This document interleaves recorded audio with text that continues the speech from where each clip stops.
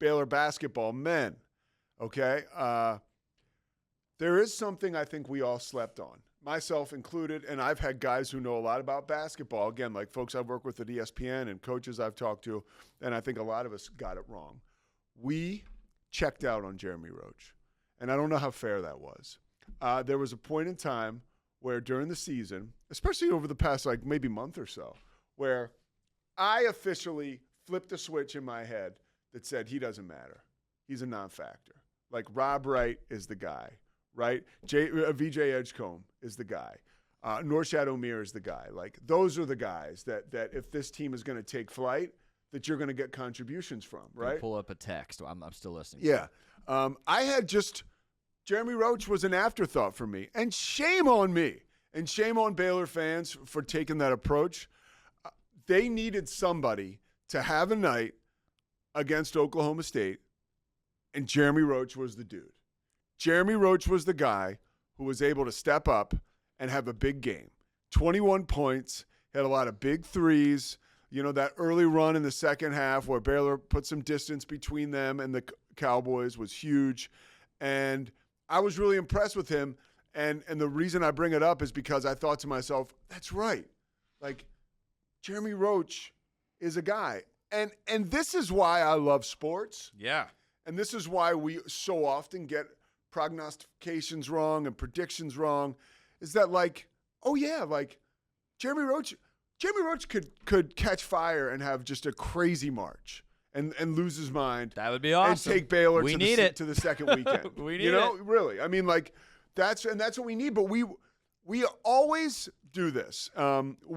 We make the mistake of counting guys out, and then they come back and they surprise us.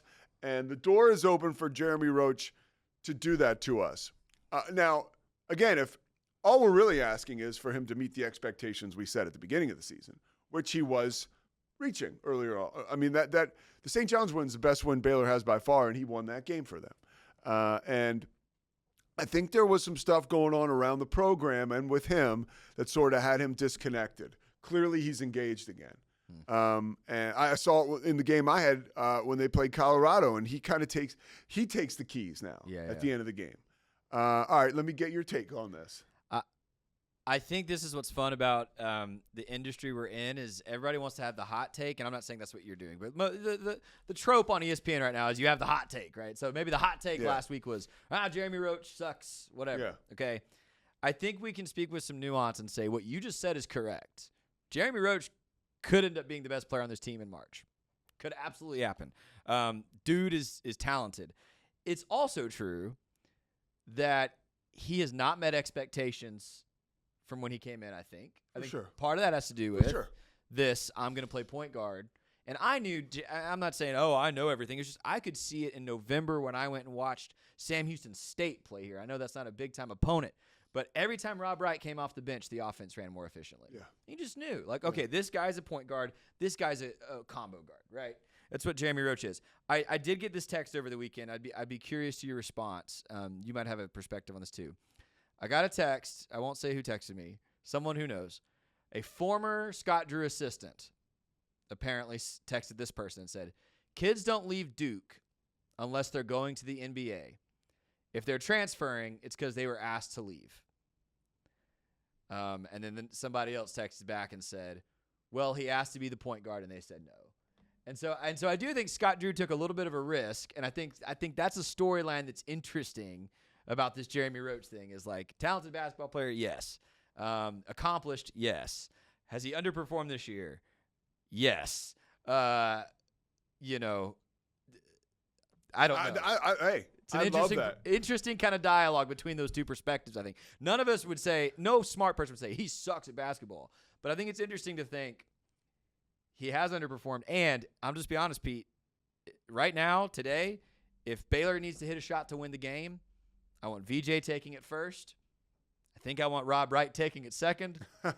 And then probably Jeremy Roach. But let me tell you what's going to happen is Jeremy Roach will take the shot if he's on the floor. Yep. Because that's what we've seen all year. I mean, if he's in the game and the clock is running down and Baylor needs a bucket, Jeremy Roach is going to be the guy that the entire team defers to. We've seen it. Yeah. So Yeah, I mean, I'm not disagreeing with you. That's my perspective. And I love that. I think VJ and Rob have rightfully earned kind of the status of, hey, these are the two best players on this team right now. Yeah. But when you have a Roach or even an O'Meara to an extent, who I would say both have not lived up to billing. Get off, O'Meara. Yes, bro, he has. No, he has not. Tell me why. Because he takes a lot of bad shots. And they're usually coming off offensive rebounds that he generated himself. And in a season, and this is not his fault, in a season when we did not prepare depth in the front court, he's too small. He can't be the 5 against a great 5. Yeah, but that's not his fault. It's not his fault. No, it's not. But I also the other text I got over the weekend, Pete, was that let's go. We chose O'Meara over Toppin, which now feels crazy. But I think the thing I was about to say before we got distracted, O'Meara or Roach is a sleeping giant. And by that I mean, if you go into March and your game plan is let's run the offense through Rob Wright or let's try to get VJ rolling because when he's an alpha, he's crazy good. But just know at any point, Roach or O'Meara can score 25. Yeah. Like they can. They're capable of that. The Toppin thing is crazy. That's a really interesting point. I have Texas Tech on Wednesday, and so I did Texas Tech in I guess January and then earlier in December, and so you get a chance to kind of drop in, when you're calling a game, you drop in on these guys and then you pick up, oh my gosh, this guy. Every time now it's when in December he was hurt, January he was healthy and he was still kind of finding his way. And now it's just JT Toppin for president. He's arguably the best player in the conference right now. Yeah. Yeah. Oh, he is. Yeah. And so you're telling me Baylor passed on him? That's what I heard. I don't. That's not a super good source, but it's a good enough source for me. That's we basically chose O'Meara over Toppin. Wow. As a priority in the portal.